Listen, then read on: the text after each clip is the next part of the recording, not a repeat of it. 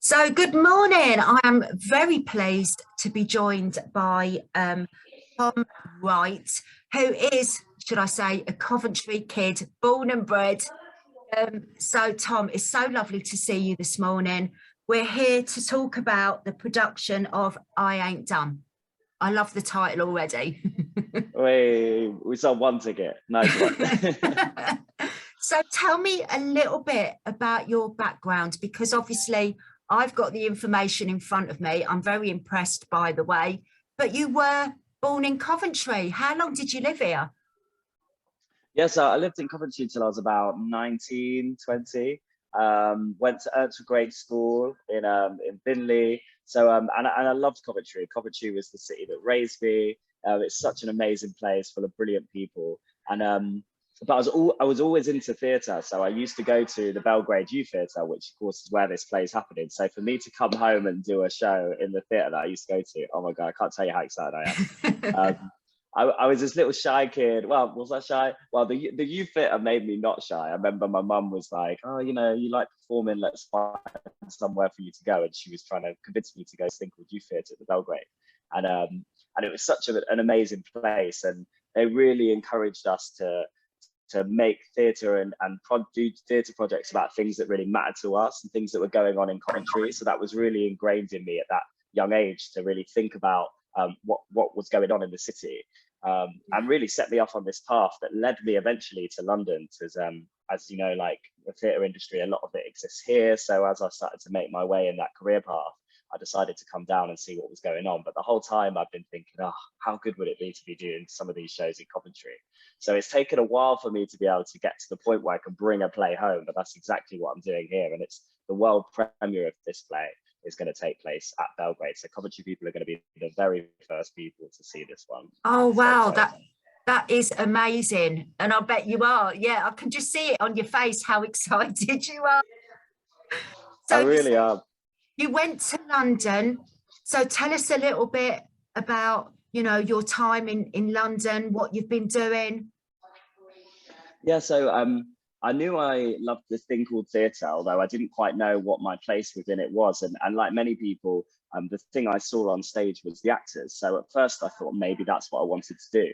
And I remember no one at my school had become an actor or gone into theatre. So I didn't really have anyone around me that could give me that sort of advice. And again, it was actually a visiting director at the youth theatre one day. I remember I was sitting with him and he's like, "So what are you going to do next?" And I was like, "Oh, I think I might go to uni if I can." And he's like, "What are you going to study?" I was like, "Oh, maybe English, because then I can read plays." And he's like, don't you want to be an actor? You want to go into theatre? I was like, "Yeah." He's like, "There's like other things. There's things like drama school and there's like vocational things as well." And I really just had no idea about any of that. So it was very lucky that I'd met this particular director. And so yeah, I ended up going to drama school. It took me a while to get there. So I like sharing that because it's not easy, and a lot of people don't get into the courses and things they want, and it certainly took me a few goes. Yeah. And finally I got into a drama school down south, so trained as an actor. But all the while, actually, as soon as I got there, I realized I don't know if this is quite for me, but I was always writing plays for my peers, for my mates. So I was writing them scenes for them to perform. And so when I graduated, I worked as an actor for a little bit, but there was something in the back of my head that was going, maybe actually you should be the one writing the plays or directing the plays rather than being in them. And for me, like the thing I enjoyed the most was having the ideas and sort of guiding the process to be about things that really mattered to me. Like all my plays, they're about things that are going on right now. Yeah. And as an actor, sometimes you get to do projects like that, which is great, but oftentimes I won't embarrass myself by telling you some of the jobs that I got. Let's just say I wasn't doing things that were that relevant. And but as a writer, I was able to dictate what those things were, and suddenly, like, all my interests sort of aligned, and I was able to make stuff that I really cared about. And then it all started going, much better once I figured that out. Isn't it funny? I often find in our life we have those synchronicities of people coming into our just at the right time that will say, "Well, have you thought of this?" And it kind of steers us on the right path, because writing is obviously the right path for you, isn't it? That's it. And it took me a while, but I found it in the end, definitely. So I love the fact you say that you write about things that matter. And I always say that, you know, with theatre, this is the one thing I love to go and see a piece of theatre that is going to make me think, that maybe educates me away, or I learned something that I didn't realise before. So I'm really excited to come and see this production of I Ain't Dumb. Why the title I Ain't Dumb? Well, I think a lot about titles, and it's all about trying to get the attention of the people that really need to see this play. Yeah, If nothing else, that's the one thing people are gonna see. And I loved what you said about theatre giving you something new and teaching you something. And for me, absolutely, that's part of it. But also, I really, really want to entertain people. So my plays are trying to do both things. So you'll be laughing 1 minute, you'll be hopefully calling up your mate after going, this play was just so fun, just so entertaining. But equally, on a knife's edge, it can flip and suddenly you're really moved or really confronted by something. So that idea of entertaining and challenging audiences is really important to me, because no one wants medicine, right? No one wants to just go and have to take this thing that they know is good for them, but they don't really enjoy. And I think some theatres become a bit like that, right? It's got a little bit, maybe a little bit boring or a little bit preachy, and you get that feeling that you described, oh, I've really learned something. But certainly with a lot of my friends, when I go, did you enjoy that though? Did you like it? They're like, oh, it's all right, you know, it's a bit boring, it's a bit dead. And I'm like, oh my God, then theatre is not going to survive if there's a whole generation of people that just think it's something that's good for them and they don't actually like it. Do you know what I mean? Yeah. So for my plays, I'm really trying to entertain people, and entertain people like the people I grew up with, the people that I'm friends with now who, okay, I have lots of friends that work in theatre, but I have lots of people that don't. And yeah, they're not always they're not always going to see things. So I'm trying to find ways to hook them in. And so to circle back, the title is one of those things. And with this play, I Ain't Dumb, it's about a group of young people in Coventry who are growing up and trying to find their way in their world and in the city. So straight away, although I hope this is going to appeal to everyone, because we've all been young once, you know, but particularly the young generation right now, it's like, how can I hook them in? And I think straight away the title with a bit of slang in there and it's sort of like provocative nature of I am not this, like, don't judge me. Straight away, hopefully it's going to speak to them and think, okay, what's this I Ain't Dumb business about? This sounds interesting. Well, you said about, you know, not being judged, but I do think that a lot of young people do get a bad reputation, because I think it's what we're fed through the media. So a play like this that is going to make people think in a different way about what it is like for young people, because I think as you get older, you know, you can kind of think, oh, you know, just get on with it, you know. But of course, we're all affected by things in our lives, and so are young people. And sometimes they don't have the, what can I say, perhaps maturity or experience to deal with certain things in their lives. So you say it's about a group of young people growing up in Coventry. What are some of the things that they come against, without giving too much away? Got it. Well, this particular group of young people, they're brought together because they're in a bottom set class in school. And I don't know, when I was at school, you know, everything was class. So you were like top set, middle set, bottom set. And this group are particularly aware that they're in this bottom set and they're not happy about it. They don't think they should be in there, and they all have various reasons why they think they are. One particular student lost their brother, so is grieving, and studies has gone downhill. Other students believe it's racism that they're in there, that they're being judged by different standards that aren't true. You've got one of the more fun characters is a very, very camp, out gay student. And he's like from a very working class background. In fact, he loves the fact he's in bottom set. He has no interest in studying whatsoever. So he thinks it's his own private performance as he's voguing around the classroom. And you know, so you've got all this really interesting mixture of people that have been brought together for this reason. And we see them over the course of a few weeks where at the beginning of the play, although they're not happy where they are in this class, they're sort of celebrating their difference. And that was something that I really felt at school. Like, we had a very diverse school, and it was really encouraged that we celebrate diversity. And at the beginning, they are all doing that. But over the course of the play, as various things happen, we see how these fractures appear and these versions of hate or that we're seeing all over the world and our country appear within this class. So it's kind of using it as a bit of a metaphor for some of the things that are going on in the wider world. But the fun thing is we're having the same conversations that you're seeing in the news or in the paper or having between friends, but you're having these discussions with a group of young people, young characters. So the way they talk about these things is hopefully very fresh. As you say, they don't always have the maturity, but equally they have new views that maybe some adults might find confronting or challenging, and they're not like tarnished to hold that back.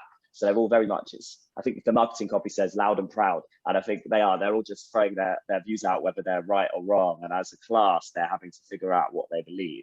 And that certainly has a lot of potential for comedy, because it's quite funny when you really listen to young people and some of the things they talk about. So for you, does that give you a bit of a flavour? Yeah, that certainly does. Really piques my interest. I'm definitely going to come and see the production. But for you as the writer, you know, and you're writing these characters, you're giving them life. For you, what was the most fun character that you were writing about within this play, or have you not got a favourite? Oh yeah, it's hard. I do love them all, even though they aren't. None of them are like based on me as a writer. I think you have to sort of try and find yourself in all of them, and I think. And certainly they're all inspired by types of people that I knew and grew up with in Cov, even if they're not literally certain people. But I think that the best friends at the core of the play is a girl called Natasha, who's a young Black student. She's the one who's lost her brother in this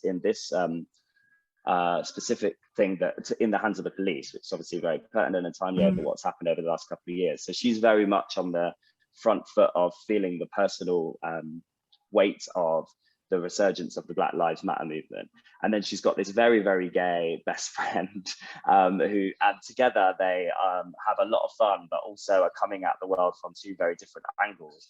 And so I think writing that relationship was really, really fun to write, and trying to find their similarities and difference and just how silly they can be together, but also how they could both challenge each other. I think the duo of those two characters is fun. But then you have all sorts of funny other people. Like there's a character called Vikram, who's very much the class clown. He wants to make everyone laugh and be liked through humor. So of course, writing that's great, because you can just get in all these jokes and these gags and stuff like that. Yeah. You've got the bookish student who's like trying to make a difference in the world, even though she feels like she's not got much agency, and she's very political and has got all these views as she's learning away. So, you know, you have this nice little, they're all so different. That's the joy of it, is bringing them together like that. And it must be wonderful as a writer to have these, you know, the interesting dialogue on the page almost, you know, as you're creating these characters. Yeah, I can imagine it's so rich. Yeah. And when I was there's a lot of school plays out in the world, or films that follow a class or a group of school kids. And growing up, I used to, you know, try and read a lot of plays and watch a lot of films. But I kept seeing this stereotype, which was very, very, not even middle class, like upper school, like private school boys. That's the sort of go-to version of that, right? And some of these films are amazing. Like, what is it, Dead Poets Society, where there's a group of like, brilliant film, but you know, they're quite posh boys basically. And they were, I didn't see myself in that. And same with The History Boys, which is a very famous film and play about this group of young men that are all trying to get into Oxford, and it's about their quest to get into this, you know, one of the world's best universities. And I genuinely loved these stories growing up, and even though they didn't speak directly to me, but I was a bit like, well, this isn't my experience of school. You know, there are loads of young people that are desperate just to survive school or to get that one GCSE so they can go to college. And why is it that journey for me is just as interesting as these very sort of slightly privileged, intelligent, quote unquote, people.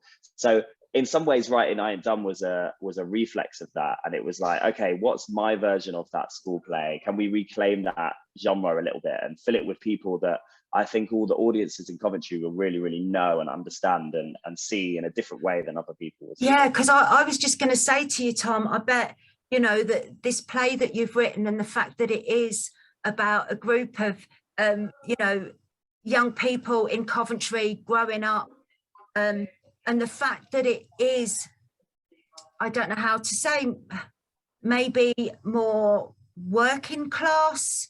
Definitely. It makes it more relatable to a larger group of people, because not all of us have had that kind of, you know, well, I'm working class, I was never going to go to Oxford, you know what I mean? So I think, yeah, it's a lot more relatable to people.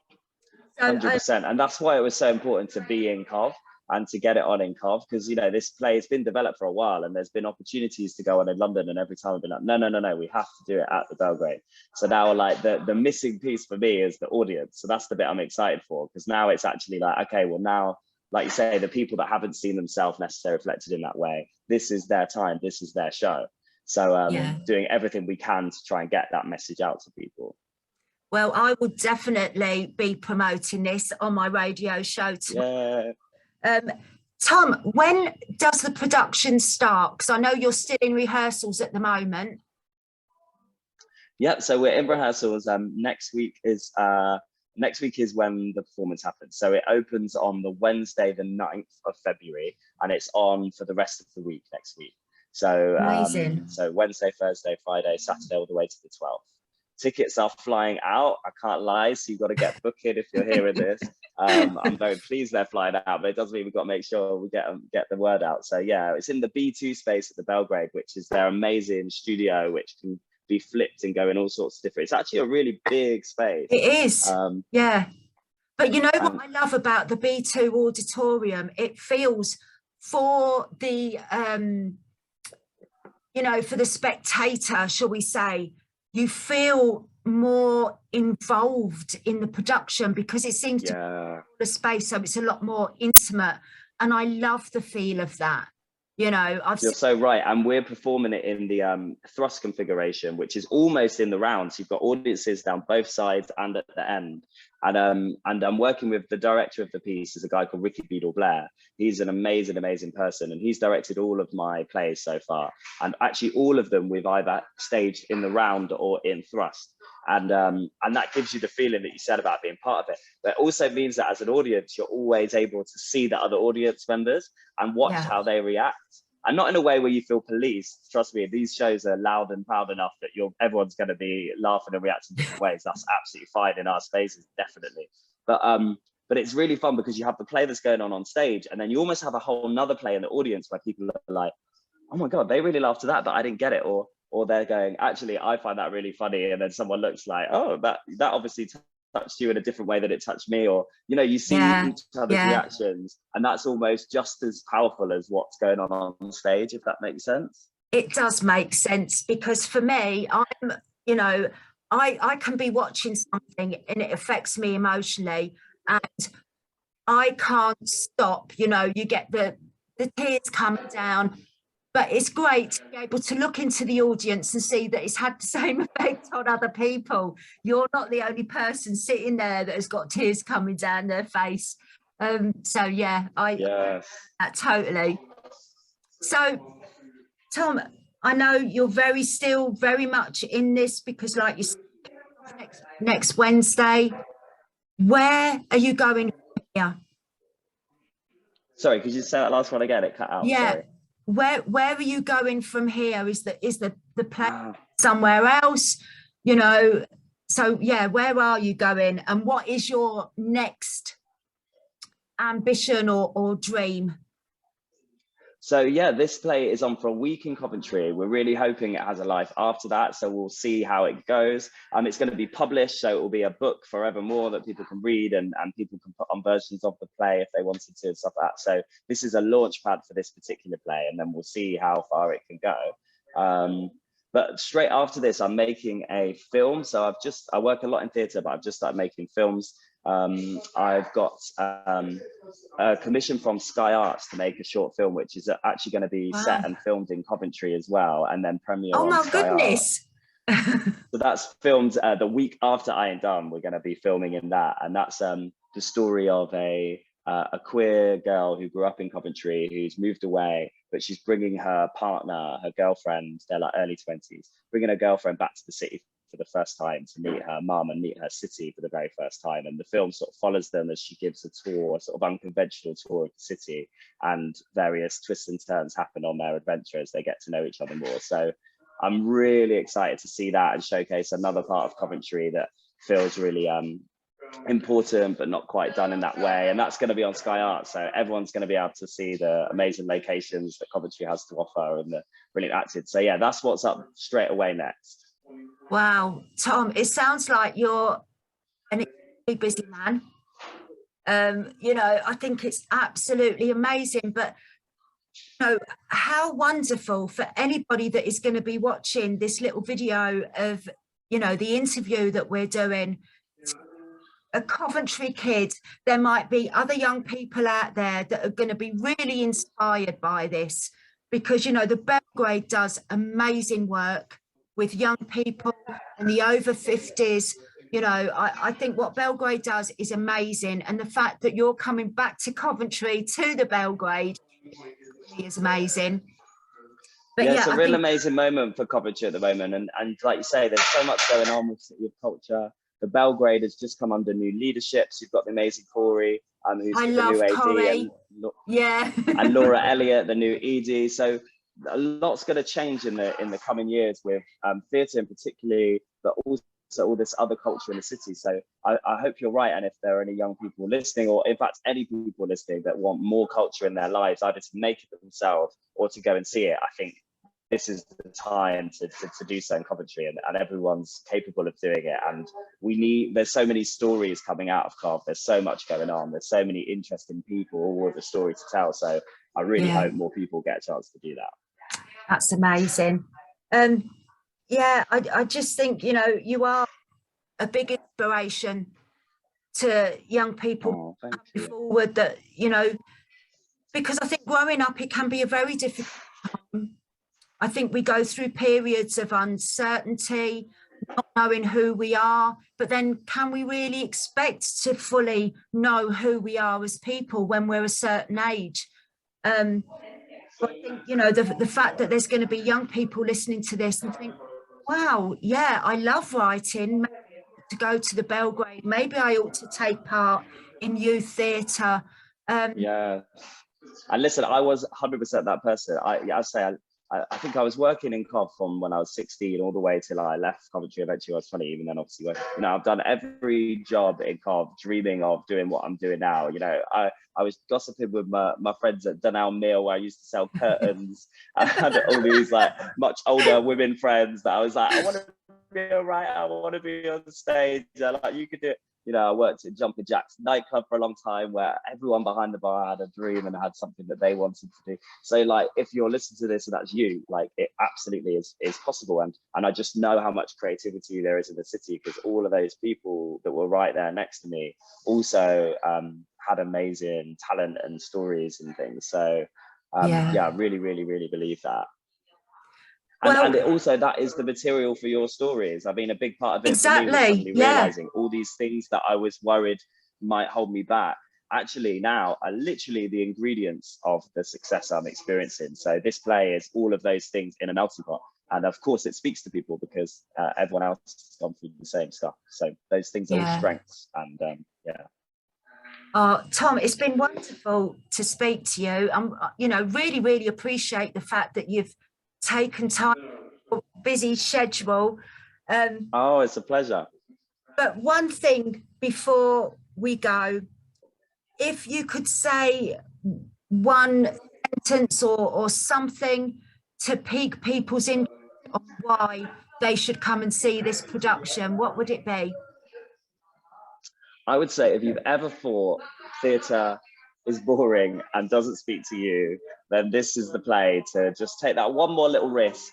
And I know it's a risk, it's a little bit of money, the tickets are cheap, but it's cheap, but it's still money. And it's certainly a time commitment. You know, you've got to actually go to these places. It's not like Netflix at home. So I get it. I understand that it is actually a little bit of a risk. But if there's ever one that's worth it, it's this one, because you know, this play is literally for you if you're listening to this. So take the risk, it will be well worth it. You'll be entertained, you'll be challenged, you will see yourself, and you will see the people that you love and the things that matter to you. And if I let you down, you can come up to me and tell me afterwards. But I'm so confident that you'll enjoy it. I'm not worried. Well, you've sold it to me, Tom. I'm coming to see. Thank you so much. I really do appreciate it. Yeah, so I will be there. I will be there to see. Right. Well, you're welcome. Thank you for letting me come on and chat and to speak to all your listeners. I really appreciate that. You're very welcome. And, you know, Tom, if ever there's anything you want to check out in the future, like, you know, you're doing another play grade or whatever it is, just get in touch, because it'd be lovely to chat to you again. Awesome. Well, maybe we can chat about the short film another time, the Sky Arts. I would love that. Yeah, I would love that. But take care and have a good day. Thank you. You too.